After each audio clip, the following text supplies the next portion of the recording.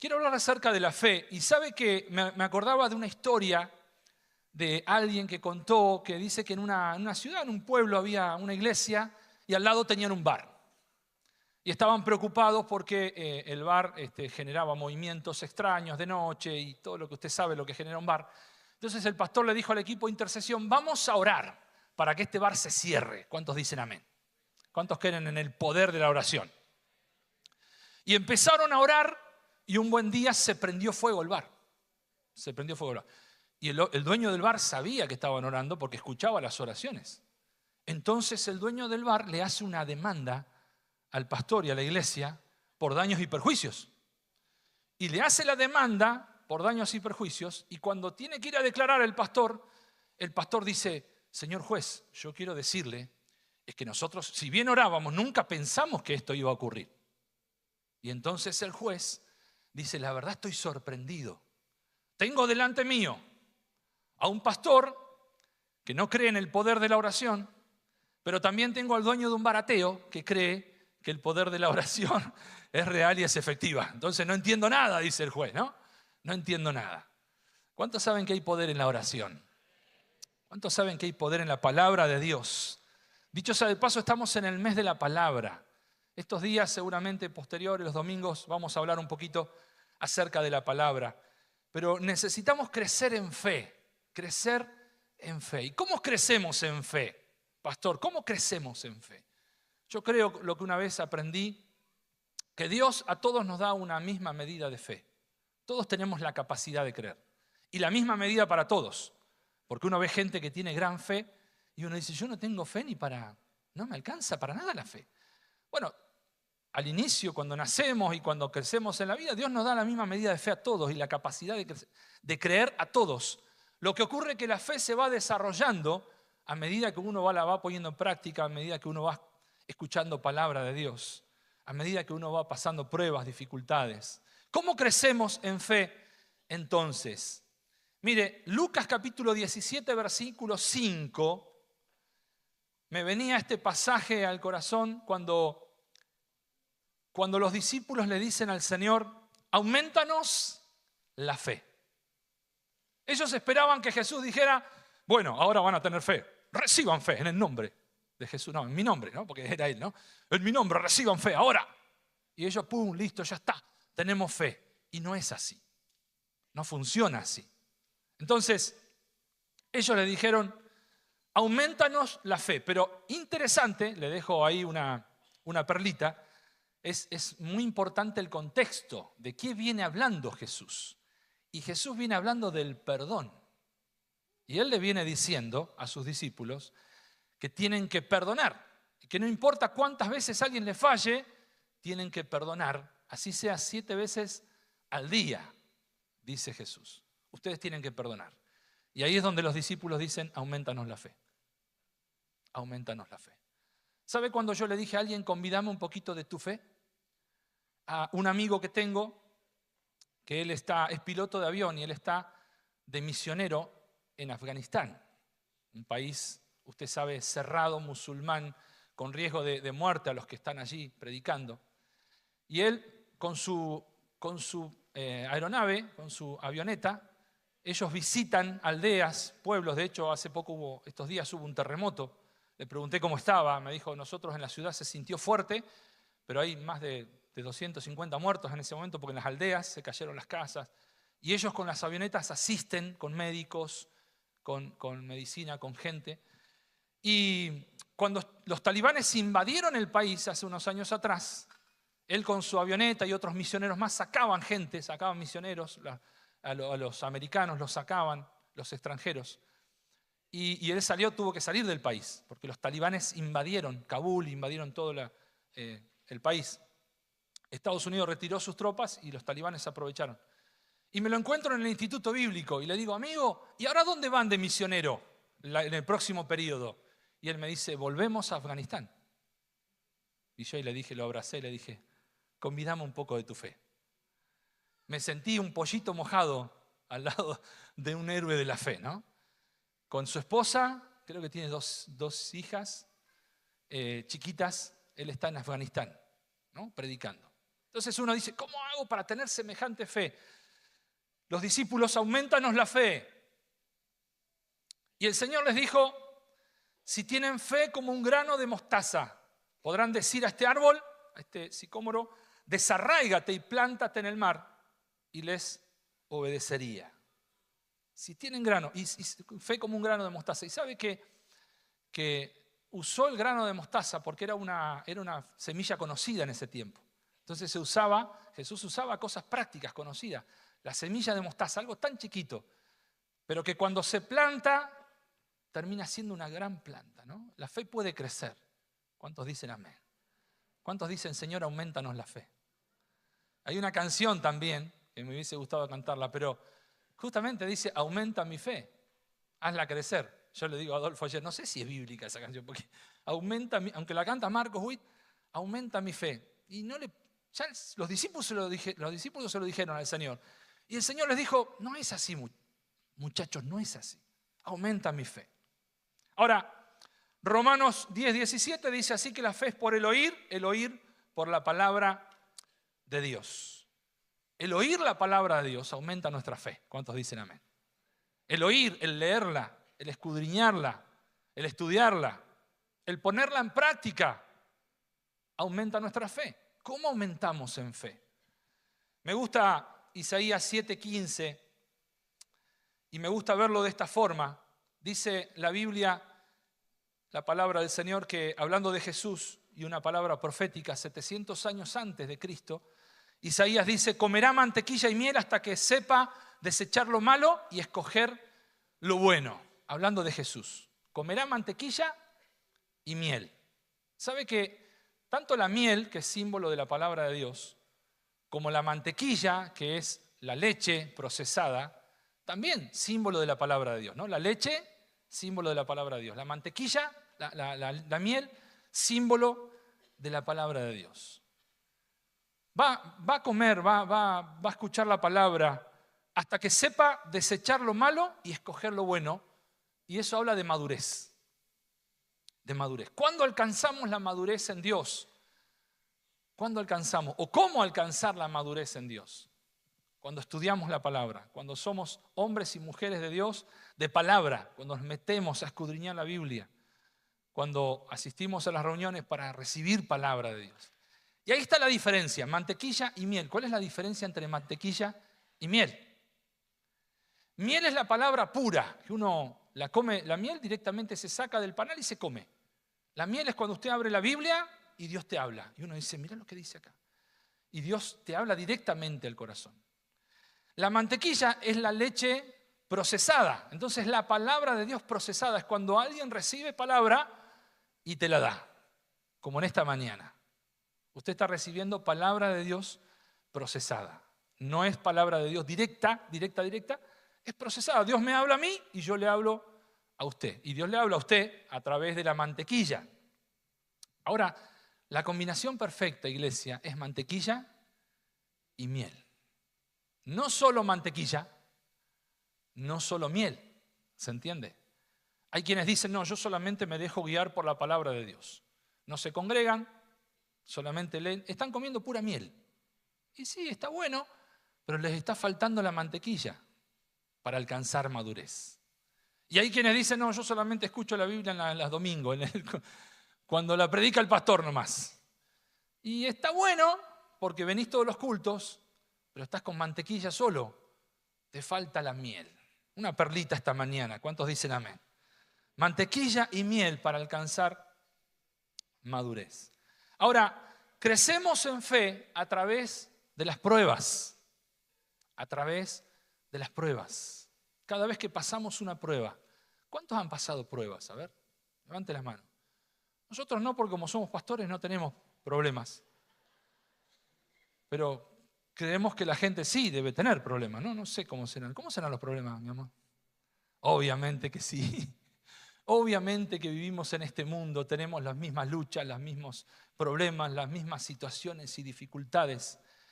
Y crecemos también en fe y necesitamos aplicar la fe también.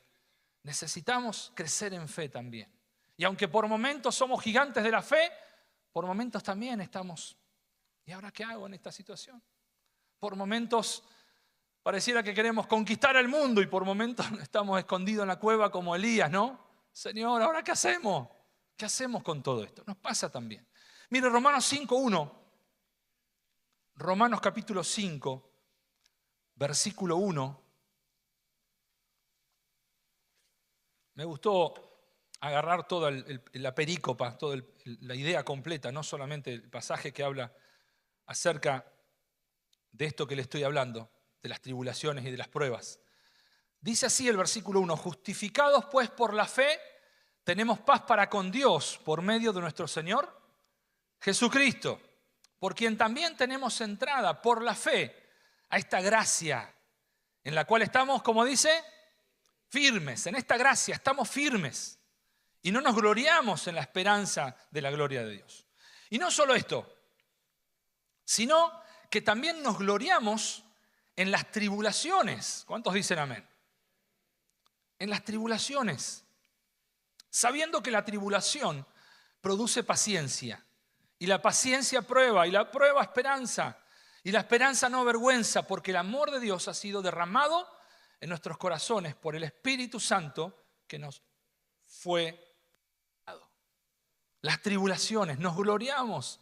Le damos gracias al Señor por las pruebas. ¿Cuánto le dan gracias al Señor por las pruebas? Ay, qué difícil, ¿no? Todos decimos amén ahora. Amén. Pero cuando viene la prueba, ¿por qué justo a mí? ¿Por qué me tiene que tocar esto a mí? ¿Cuánto ha dicho? ¿Cuántas veces? Qué bueno sería decir, ¿para qué, Señor? En vez de ¿por qué, no? ¿Para qué tengo que estar pasando esta prueba, esta dificultad? ¿Para qué? ¿Cuál será la enseñanza, Señor? Haceme crecer en fe, Señor. Ayúdame a crecer en fe. Ahora, un pasaje que le regalé el otro día a nuestro querido hermano Carlos Sequeira, que él está allí internado. Y hay una buena noticia, el lunes creo que ya le dan de alta. ¿Cuántos dan gloria a Dios? Le damos un fuerte aplauso al Señor por la vida de Carlos. Y para los que no saben, Carlos tuvo un accidente y bueno, al principio fue complicado, pero gracias a Dios está saliendo adelante. Su compañero también, Tadeo, fue derivado a Buenos Aires, ya está fuera de peligro. Bueno, gracias a Dios por esto. Pero me acuerdo en terapia intensiva, le leí este versículo a Carlos el primer día que entró y le dije, Carlos, Romanos 8:28 dice, y sabemos que los que aman a Dios, todas las cosas les ayudan a bien. Pero no termina ahí, porque uno podía leer ahí, punto. Lo prediqué hace unos días atrás, ¿no? Unos domingos atrás. No termina ahí. Dice, esto es, a los que conforme a su propósito son llamados. Hay un propósito y hay un llamado. Y si tenés un propósito de parte de Dios y tenés un llamado y amás a Dios, todas las cosas te van a ayudar a bien. ¿Cuántos dicen amén? Yo creo la palabra. Y mire, si Dios lo dice, yo lo creo. Si yo lo creo, Dios lo hace. ¿Cuántos dicen amén? No sé si es mi frase esta, pero me gustó y ahora me la hago mía. ¿Está bien? Seguro a alguien se la copié, ¿no? Pero si Dios lo dice, yo lo creo. Si yo lo creo, vamos a hacerlo ahí en equipo. Yo digo la primera frase, usted dice yo lo creo. Yo digo si yo lo creo, usted dice Dios lo hace. ¿Está bien? Si Dios lo dice, si yo lo creo, suena lindo, ¿no? Pero sonó un poquito débil. A ver, un poquito más fuerte. Si Dios lo dice, si yo lo creo, bien. Felicitaciones. Lo voy a agarrar después infraganti a ver si le sale. Si Dios lo dice en su palabra está. Yo lo creo. Y si yo lo creo, Dios lo hace. De eso se trata, de pararse en la palabra de Dios. De pararnos. Las promesas están dadas, iglesia. Solo tenemos que creer, que arrebatar esas promesas, que pararnos en las promesas. A los que aman a Dios, todas las cosas les ayudan a bien. Esto es a los que conforme a su propósito son llamados. Y uno puede decir, ¿en qué me puede ayudar a bien esto que estoy pasando? No sé cómo Dios se las arregla, pero Él se las arregla para hacer que todas las cosas nos ayuden a bien. ¿Cuántos dicen amén? Y si Dios lo dice, si yo lo creo, bien. Hebreos 11:1 dice, Es pues la fe, la certeza de lo que se espera, la convicción de lo que no se ve. La certeza de lo que se espera, la convicción de lo que no se ve. Y la palabra certeza es convencimiento seguro y claro de algo. La palabra convicción es convencimiento, certeza absoluta y creencia segura. Así que mire cómo armé este versículo en la nueva versión. Andrés habla hoy. Dice, tener fe, mejor dicho, la fe es tener la seguridad y la claridad de lo que esperamos, el convencimiento y la certeza absoluta y la creencia segura de lo que no vemos. ¿Cuántos dicen gloria a Dios por esto? Y entiendo que no es fácil, ¿eh? Cuando hablo con gente que me dicen, soy ingeniero, soy técnico, yo le digo, yo también. Soy matemático, yo también. Y me recostó la fe, me costó un montonazo la fe. No sabés lo que me costó la fe, horrores. Porque para los matemáticos 2 por 2 es 4, ¿sí o no? ¿Cuántos dicen 2 por 2 es 4? Ya está.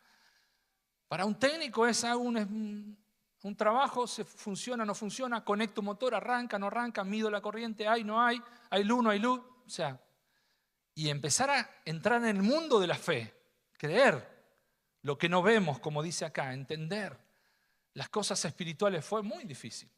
Me acuerdo cuando después de renunciar al bar, nosotros con mi esposa nos fuimos a un instituto bíblico, años de proceso, hay 2, 3 años de proceso.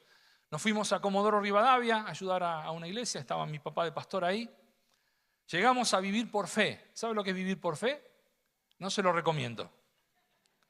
Vivir por fe es, Dios te provee. Nada, sí se lo recomiendo en realidad. No le recomiendo el tiempo, es el proceso, ¿no?, que uno pasa.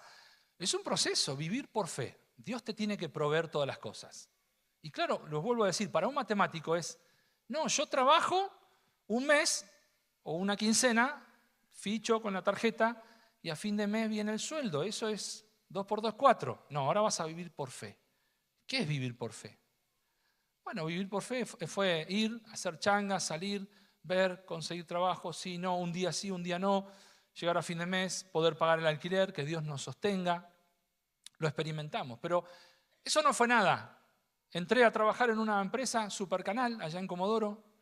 Entré como jefe técnico, estaba bien, cómodo, lindo, una camioneta, celular, trabajo, oficina, la jefatura, que era mi sueño. Y el Señor al tiempo nos llama a plantar una iglesia. Otra vez renunciar, Señor, otra vez. Otra vez, Señor, no me hagas esto de nuevo, Señor. Dios le habló a mi esposa.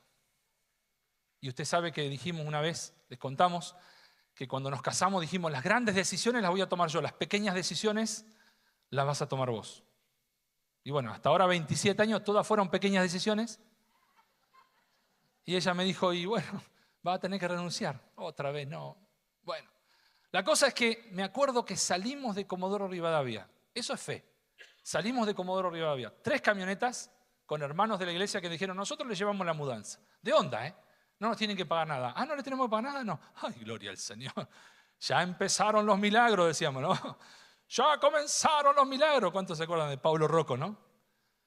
Y le digo a mi esposa, bueno, ya empezaron los milagros. Nos dijeron que sí. Listo. Cargamos la mudanza en 3 camionetas. Íbamos en la ruta. Llegamos, me acuerdo, pasamos por acá por la ruta. Ni entramos a Madrid. Estábamos en la estación de servicio de Sierra Grande. Paramos las 3 camionetas ahí. Yo paro el autito que tenía. Y paro ahí. Y miro las 3 camionetas y le digo a mi esposa, si esto no es la mano de Dios, ¿dónde está la mano de Dios, no? Si esto no son los milagros. Que alguien te haga 1000 kilómetros para llevarte la mudanza y 2 camionetas eran de una familia. O sea que el hombre manejaba una y ella manejaba la otra camioneta. Y no nos cobraron un centavo. Y la otra camioneta de otro hermano que nos llevó. Y llegamos a Chuele y no había nada. No habíamos alquilado casa, no habíamos alquilado salón para la iglesia, no teníamos nada.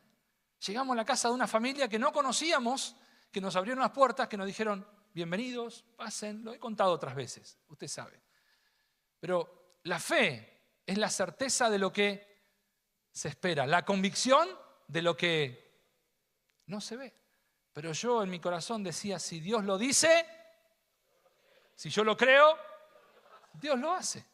Es solo entender y saber que Dios lo dijo y que yo lo creo. Pero también pensaba en esto de la fe y digo, tenemos mala memoria los seres humanos. Nos cuesta recordar, porque Dios hace un milagro una y otra vez, pero a la siguiente vez que estamos pasando una prueba, otra vez nos cuesta creer. Otra vez tenemos temor. Otra vez dudamos. Otra vez no sabemos a dónde acudir. Y otra vez el Señor diciéndonos, pero si sabes dónde tenés que acudir. Mire el episodio que está en la palabra con la alimentación de los 5.000. Marcos capítulo 6, versículo 37. Marcos capítulo 6, versículo 37. Había un montón de gente ahí y la Biblia cuando habla de números, en ese tiempo se contaban solamente los hombres. Se cree que eran unas 20.000 personas, porque se contaban solo los hombres. Entonces cuando dice, eran unos 5.000 hombres, más otras 5.000 mujeres, más los niños, se creen más o menos 20.000 personas. Y el Señor les dijo, denle ustedes de comer. Ellos le dijeron, que vayamos y compremos pan por 200 denarios y les demos de comer. Señor, ¿vos te volviste loco? ¿Sabe cuántos son 200 denarios? Más o menos unos $5.000 de ahora. Es como que hayan 20.000 personas y yo le diga al equipo pastoral, denle de comer. Amén. Vamos ahí. Eso es fe. Amén. Pero alguno me va a decir, ¿vos querés que agarremos? ¿De dónde vamos a sacar $15.000 para ir y darle de comer a todas? Y lo pongo en dólares para un valor neutral que uno entienda, ¿no? ¿De dónde sacaremos? Ahora el versículo 43 dice, y recogieron de los pedazos 12 cestas llenas de lo que sobró de los peces. Usted conoce la historia, 5 panes y 2 peces, Jesús lo partió, oró, como en el pan de la Santa Cena, lo repartió a los discípulos, le dijo, denle ahora ustedes de comer, Vean ustedes cómo el milagro se va haciendo en sus manos. Y juntaron 12 cestas llenas. Ahora, 2 capítulos más tarde, el mismo Marcos relata que 2 capítulos más tarde. ¿Cuánto tiempo fue 2 capítulos? No sé. Puede haber pasado 1 año, 6 meses, 8 meses, no sé cuánto tiempo pasó. Pero 2 capítulos más tarde, dice sus discípulos otra vez, Jesús, tengo compasión de la gente. O está sin comer. Jesús dijo, ahora van a saltar y van a decir, Maestro, haz el milagro de los panes, nosotros le damos de comer, no te preocupes. Dice allí, el versículo 4, sus discípulos le respondieron, ¿de dónde pondrá alguien saciar de pan a estos aquí en el desierto? O sea, ¿te olvidaste que Jesús hizo un milagro hace 2 capítulos atrás? Claro, uno porque lo viene leyendo y lo tiene fresquito. Quizás había pasado 6 meses, 1 año, no sé cuánto pasó. Mira el versículo 8. Y comieron y se saciaron y recogieron de los pedazos que habían sobrado 7 canastas. En ambas situaciones, el Señor diciéndoles, denles ustedes de comer.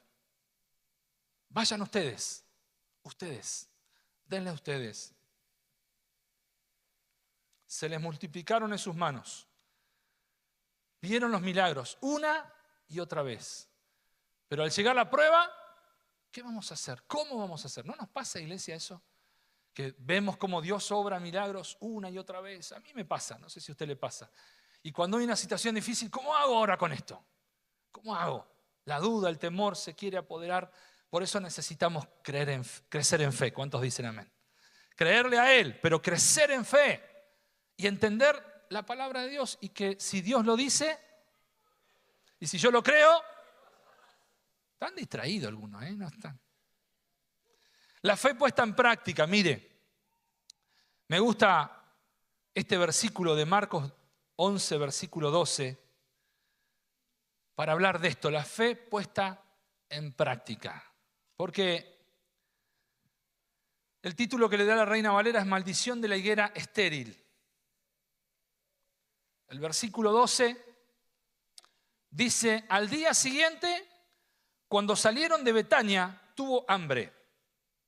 Y viendo de lejos una higuera que tenía hojas, fue a ver si tal vez hallaba en ella algo. Pero cuando llegó a ella, nada halló, sino hojas, pues no era tiempo de higos. Entonces Jesús dijo a la higuera: nunca jamás coma nadie fruto de ti. Y lo oyeron sus discípulos. Imagínense la cara de sus discípulos, ¿no? Pedro diciéndole ahí a algunos: Jesús está yendo a buscar higos a la higuera, pero no es tiempo de higos. ¿Qué le pasó? Entendemos que está con la presión de que está por ser entregado, de que tiene que ir a la cruz, pero Jesús yendo a una higuera que ve que tiene hojas, pero va a buscar, tiene hambre, busca, no hay higos, listo, nunca jamás nadie coma de ti. Encima es interesante porque yo copio el texto y lo pego en el Word para trabajar el mensaje y armarlo, y me subrayaba, nunca jamás, decía, cuando le pongo ahí, me dice, es una redundancia, nunca jamás, nadie, como diciendo, esto va a ser seguro, que nadie, jamás, nunca. Mi hermana cuando era chiquita decía, nunca nadie no me quiere, ¿no? Chiquitita era, nunca nadie no me quiere. Y me acordaba porque Jesús diciendo, nunca jamás nadie. O sea que mi hermana era bíblica, ¿no? Usaba las palabras de Jesús. Nunca jamás nadie coma fruto de ti. Y lo oyeron sus discípulos. Ellos se quedaron. Ahora, pasando por la mañana, dice el otro día, vieron que la higuera se había secado desde las raíces. Ahora, esto se podría hablar no de la fe, sino desde el punto de vista de los frutos. La Biblia dice que nuestra vida debe dar frutos, pero lo vamos a dejar para otro sermón, ¿está bien? ¿Ok? Para otro día, pero solamente para que lo medite en su corazón. Cuando el Señor viene a nuestra vida, tiene que haber frutos. ¿Cuál es el fruto del Espíritu? Amor, gozo, paz, paciencia, benignidad, bondad, fe, mansedumbre, templanza. Después búsquelo. Gálatas 5, 22 por ahí, ¿no? En adelante. Ahora, dice que la higuera se secó desde sus raíces. Entonces Pedro, acordándose, le dijo, maestro, mira, la higuera que maldijiste se ha secado. Respondiendo Jesús, les dijo, tengan fe en Dios. Mire qué enseñanza. No solamente que él tuvo hambre, que fue a ver si tenía fruto, no tenía, la maldijo, se secó. Pero Jesús usa esta situación para enseñarles y les dice, tengan fe en Dios. Porque de cierto les digo que cualquiera que dijere a este monte, una montaña, quítate y échate en el mar, y no dudar en su corazón, sino creyere que será hecho lo que dice, lo que diga, le será hecho. ¿Cuántos dicen amén? Por tanto os digo que todo lo que pidieren orando, crean que lo recibirán y les vendrá. Punto. Pero sigue el versículo. Y cuando estén orando, como dice, perdonen. Wow. Cuando estén orando, perdonen si tienen algo contra alguno, para que también vuestro Padre que está en los cielos les perdone sus ofensas. Porque si ustedes no perdonan tampoco, nuestro Padre que está en los cielos les perdonará sus ofensas. Muy fuerte. Me ha pasado algunas veces. Hace mucho tiempo, orando, el Señor me dijo, tenés que pedir perdón. Esto fue ayer. Me puse a buscar al Espíritu Santo y me vino algo al corazón. Tenés que pedir perdón. Ahí nomás pedí perdón, ¿no? Hoy no tenemos que esperar, cuando lo vea el domingo en la iglesia, cuando lo vea algún día, hoy celular, llamada, aunque sea por lo menos un mensaje. Una enseñanza de fe. Si tienen fe en Dios, pidan. Pero orando dice, guarda, que no tengan nada en el corazón. La fe y la palabra, mire, para avanzar un poquito más, porque si Dios lo dice, si yo lo creo, bueno, vamos a ensayarlo un poquito más, dale. Yo sé que lo agarré distraído. Si Dios lo dice, si yo lo creo, bueno, ahora para las redes, ¿ok? Para los que nos están viendo por YouTube, también participen ahí. desde España, Estados Unidos, de todos los lugares de Argentina que nos están viendo. A ver, vamos, pero hagamos de cuenta que no ensayamos, que esto sale espontáneo, ¿está bien? ¿Sí? Corten, luz, cámara, acción, vamos de nuevo. Iglesia, si Dios lo dice, si yo lo creo. Bien, den un fuerte aplauso al Señor. Yo pensé que iba a saltar del banco ahí. Tranquilo, los de arriba se iban a tirar. No salten, no. Si Dios, mire, ahora Mateo capítulo 8, versículo 5. Por eso qué importante la fe en la palabra de Dios. En la palabra de Dios. Si Dios lo dice. Si yo lo creo. No, ahora justo iba a decir solamente si Dios lo dice. Pero si Dios lo dice, ya, Dios lo dijo, ya lo dijo. Él ya lo dijo en su palabra. Yo tengo que creer la palabra, creer que Él lo va a hacer. Mire, Mateo 8:5, Jesús sana al siervo de un centurión. Y me gustaría que los músicos vayan pasando, tranquilo, como quien no quiere la cosa. Yo tenía un supervisor de Techín que me decía, Ávalo, vení, un hombre mayor, vení. Como yo conocía la planta, estaba en Techín trabajando, pero como conocía la planta y tenía contactos, como quien no quiere la cosa, me decía, conseguite un autoelevador. Entonces yo iba, le conseguí un autoelevador. Ávalo, vení. Como quien no quiere la cosa, me decía. Claro, los otros eran todos de Bahía Blanca, de Salta, de otros lugares. Yo era local, entonces, como quien no quiere la cosa, conseguime un autoelevador para mover esto. Y yo iba y se lo conseguía. Como quien no quiere la cosa, ¿no? Los músicos van subiendo.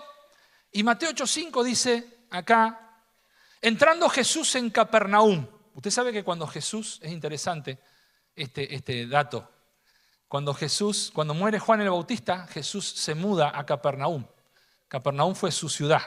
No era la de origen, pero sí es donde se movía Jesús. Desde Capernaum era el centro, ¿no? Porque era la ciudad más importante casi de ese tiempo, ¿no? Era donde todo comercial entraba, todo salía. Era una ciudad importante para que el mensaje corra.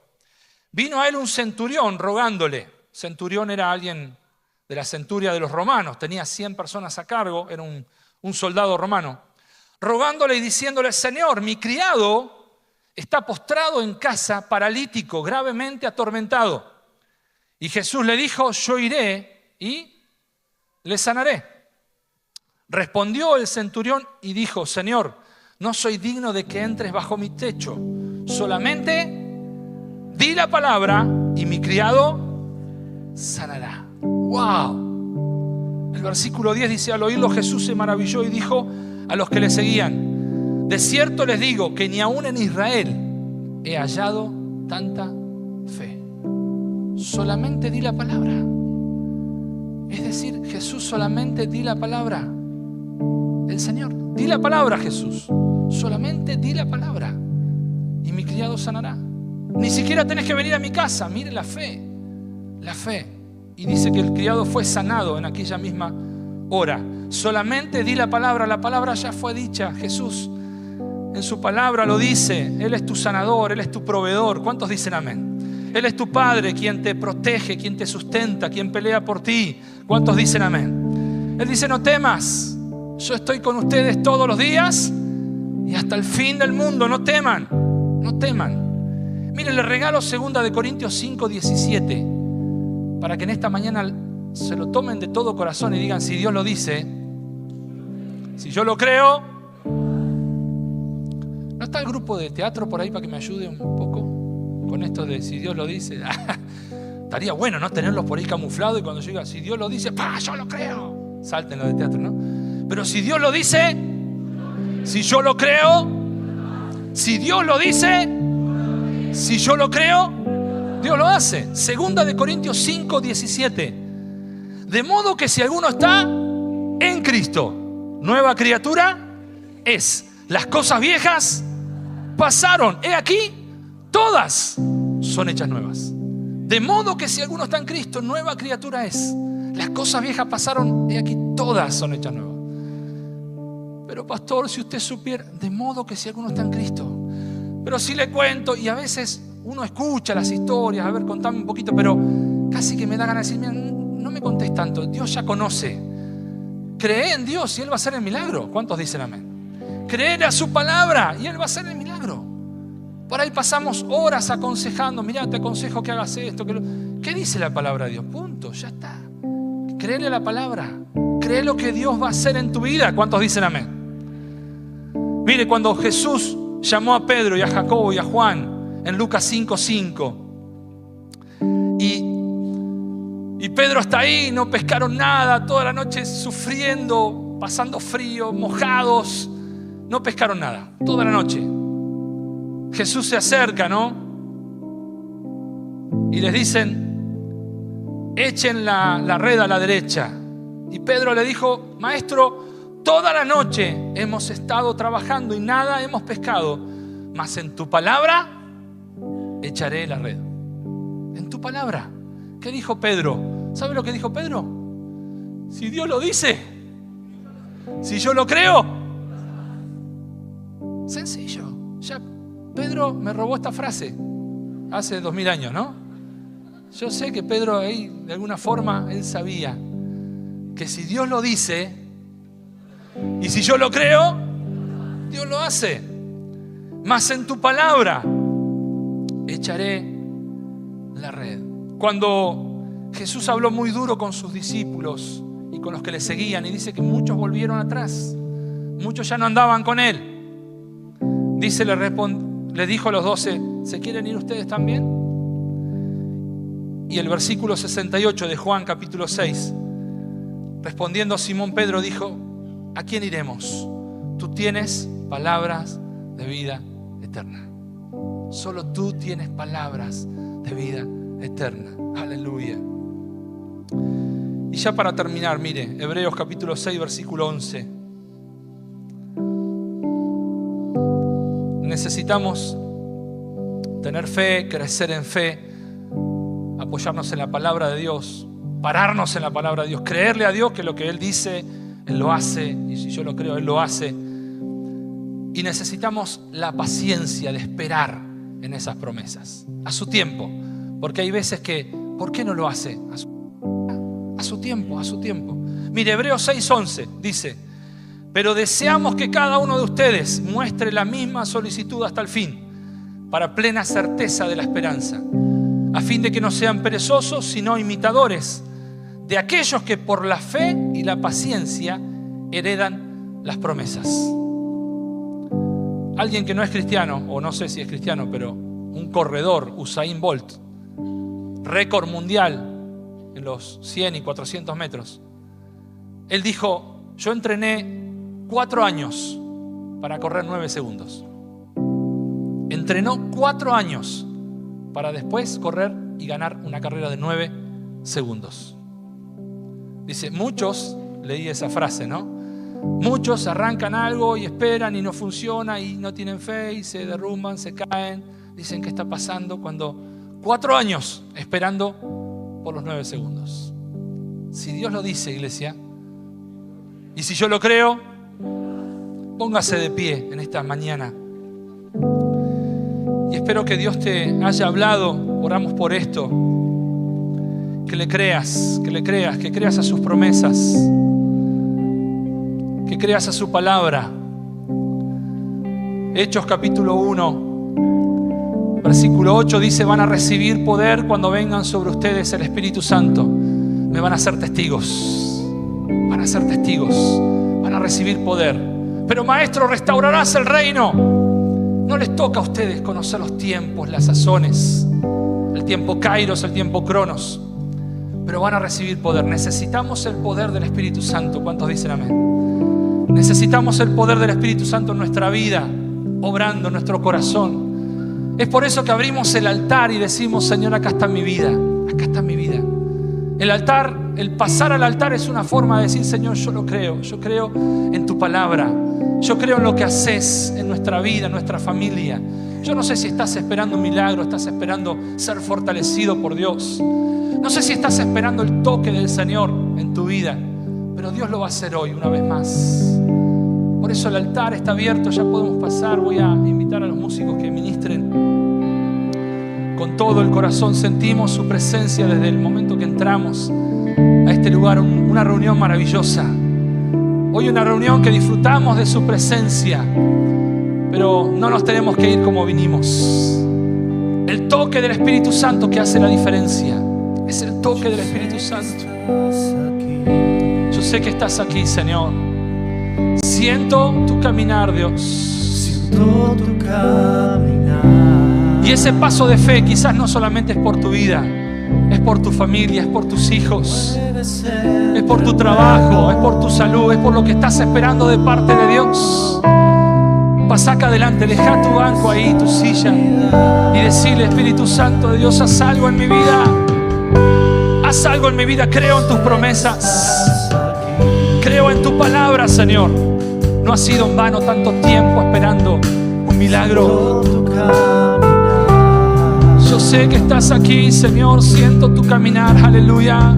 Te mueves en el pueblo, trayendo sanidad, trayendo sanidad. Yo sé que estás aquí, una vez más decimos, lo creemos. Yo sé que estás aquí. Siento tu caminar, Señor. Siento tu caminar. Sí, Dios. Te mueves entre el pueblo, trayendo sanidad. Una vez más decimos: yo sé que estás aquí, Señor. Yo sé que estás aquí. Aleluya. Sí, Dios. Siento tu caminar. Te mueves entre el pueblo, Dios. Aleluya. Te mueves entre el